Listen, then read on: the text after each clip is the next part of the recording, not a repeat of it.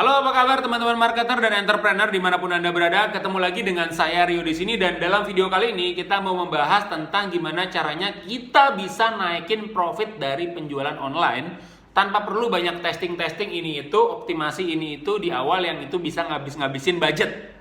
Oke. Nah, jadi memang ya optimasi atau tweaking itu oke kalau memang kita punya budget untuk itu. Tapi kalau misalkan ternyata budget kita masih ngepas, belum siap untuk budget itu, nah gimana sih caranya? Gimana? Jadi itu saya masukin itu di yang namanya itu budget reset. Oke, di budget reset. Nah, kalau misalkan kita belum ada budget reset, gimana cara kita bisa naikin profit? Karena namanya penjualan, namanya omset itu belum tentu profit. Ada banyak komponen-komponen di dalam penjualan. Jadi ketika kita menjual suatu produk, contoh misalkan saya menjual buku ini. Oke, ketika misalkan saya menjual buku ini, nah misalkan ini harga bukunya 100.000. Nah, ada komponen-komponen cost yang ada di sini. Misalkan cost dari harga dasar buku ini. Terus yang kedua adalah cost yang perlu saya keluarkan untuk promosi. Nah, itu seringnya kita nyebut yang namanya kalau di iklan itu adalah customer acquisition cost. Maksudnya apa? Jadi misalkan ini harga bukunya 100.000. Oke, harga bukunya 100.000. Modal bukunya 17.000. Nah, biaya yang saya perlukan buat dapetin satu orang pembeli buku ini ternyata 25.000. Artinya, itu komponen cost-nya adalah berapa? Oke, tadi 17.000 tambah 25.000, belum operasional, orang yang packing, baru setelah itu saya profit. Kebayang ya? Nah, bisa jadi profit nanti cuma sekitar 10-15.000. Bisa jadi. Nah, itu tergantung produk Anda. Nah, beberapa waktu yang lalu ini klien lama saya udah beberapa lama, dia itu kontak, terus dia nanya, bro, gimana caranya gue mau nurunin cost acquisition customer gue? Dia bilang kayak gitu. Jadi dia udah jualan, harga jualannya sekitar 500 ribuan something, saya lupa, sekitar 500 ribuan something. Terus cost akuisisi customernya, jadi biaya yang dia perlukan untuk dapetin satu orang customer dengan menggunakan iklan sosial media, dengan menggunakan iklan dan lain-lain, atau menggunakan influencer, itu kurang lebih di angka 50 ribuan. Artinya itu kurang lebih sekitar 10%, jadi dia bisa 50-60 ribu.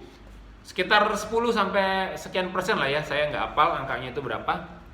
Ya nggak nyampe 20% lah, nggak nyampe 20%, 10% lebih, karena antara 50 sampai 60 ribu dan harga produknya itu 500 ribuan something, 500 ribu lebih juga. Artinya itu kan nggak nyampe 20% dan kurang dari 15%. Oke. Terus dia nanya sama saya, gimana cara gue turunin customer cost acquisition? Oke. Pertanyaan pertama saya, lu dengan jual segitu, lu udah profit belum? Satu. Dengan lu jual segitu, lu udah profit atau belum?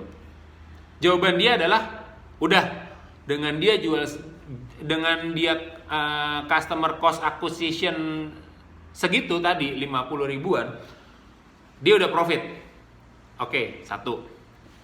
Yang kedua nih. Pertanyaan saya yang kedua adalah artinya gini, kalau misalkan udah profit ya itu nggak masalah, itu sebenarnya nggak perlu ikut. Yang kedua, oke, kalau customer cost acquisition lo udah turun, what next? Apa yang mau lu lakuin? Sebenarnya lu nurunin customer cost acquisition buat apa sih? Itu pertanyaan gua sebenarnya. Terus dia bilang, biar profitnya lebih, bro.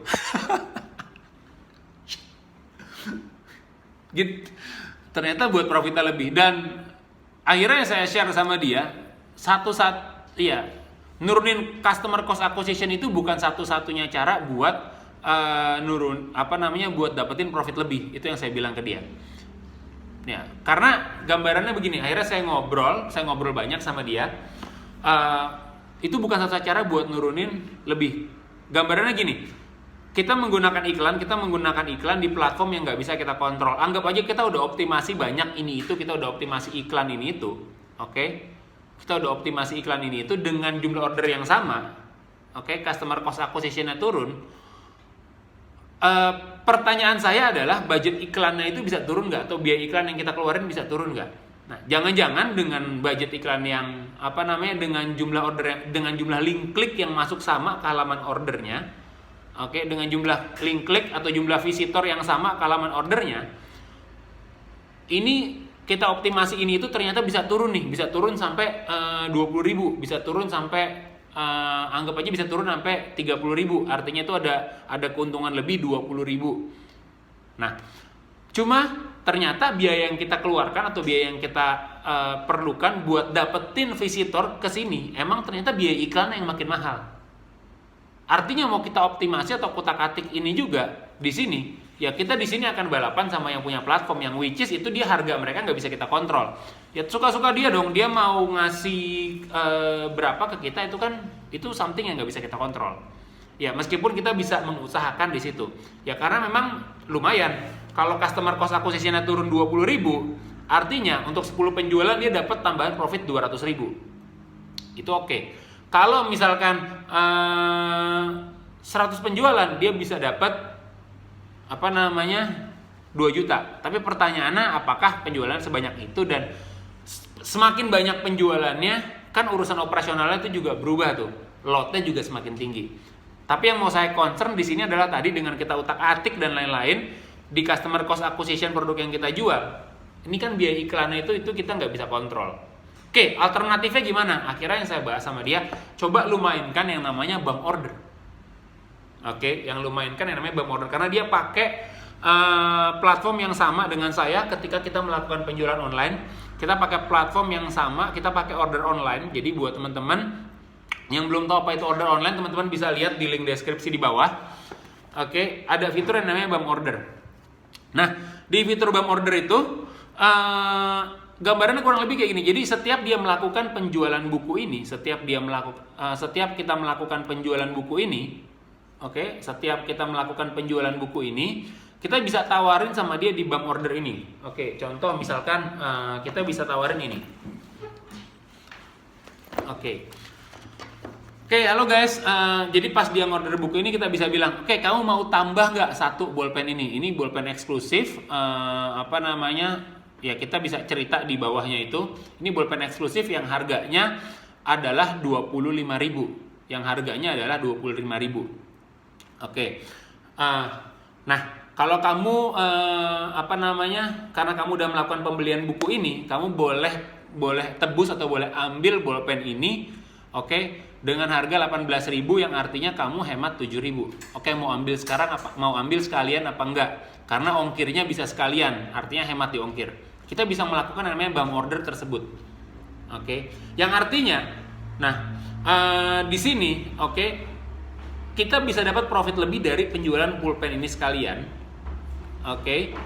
Kita bisa dapat profit lebih dari penjualan pulpen ini sekalian, atau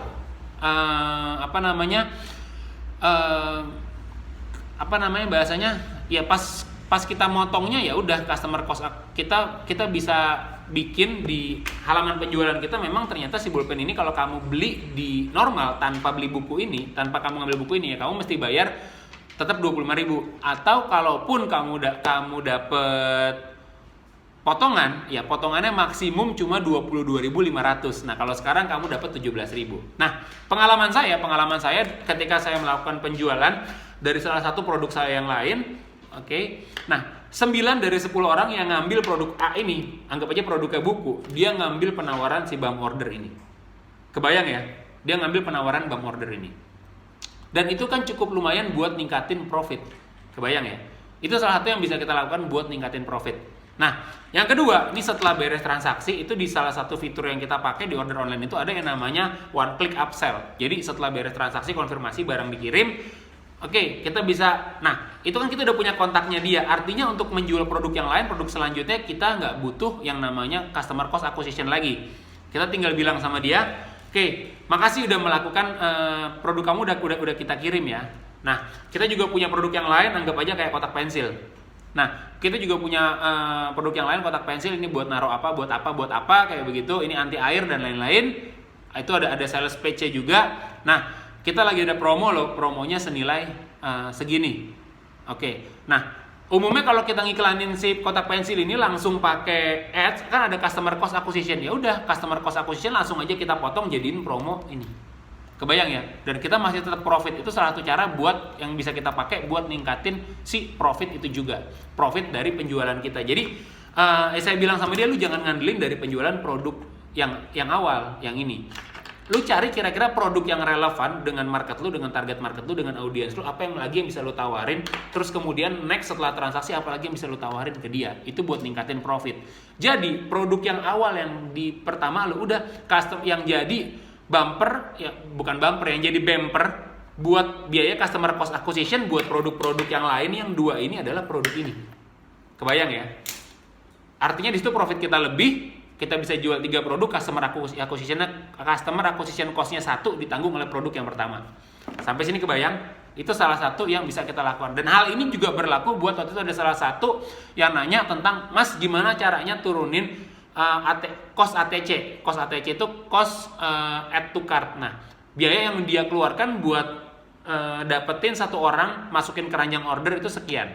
Gimana cara ningkatin nuruninnya? Nah, itu ribuan. Kalau turuninnya cuma dia tuh bisa cuma menghemat ribuan, ya 2.000 atau 3.000 itu nggak terlalu ngaruh banyak ke profitnya. Nah, biar profit tambahin tadi bump order dan tambahin one click upsell-nya tadi. Oke? Itu aja yang bisa saya share di kesempatan hari ini. Mudah-mudahan teman-teman lebih kebayang, dan kalau teman-teman ada pertanyaan atau mau diskusi lebih lanjut, bisa tanya atau discuss di deskripsi di bawah atau lihat di kolom komen di bawah. Mudah-mudahan konten hari ini bermanfaat dan teman-teman dapat insight dari Marketer Insight TV ini. Oke, teman-teman juga kalau ngerasa konten-konten ini bermanfaat, teman-teman bisa subscribe dan teman-teman bisa dapetin update konten-konten lainnya dari Marketer Insight TV ini. Sampai ketemu di video yang lain. See you dan thank you. Bye-bye.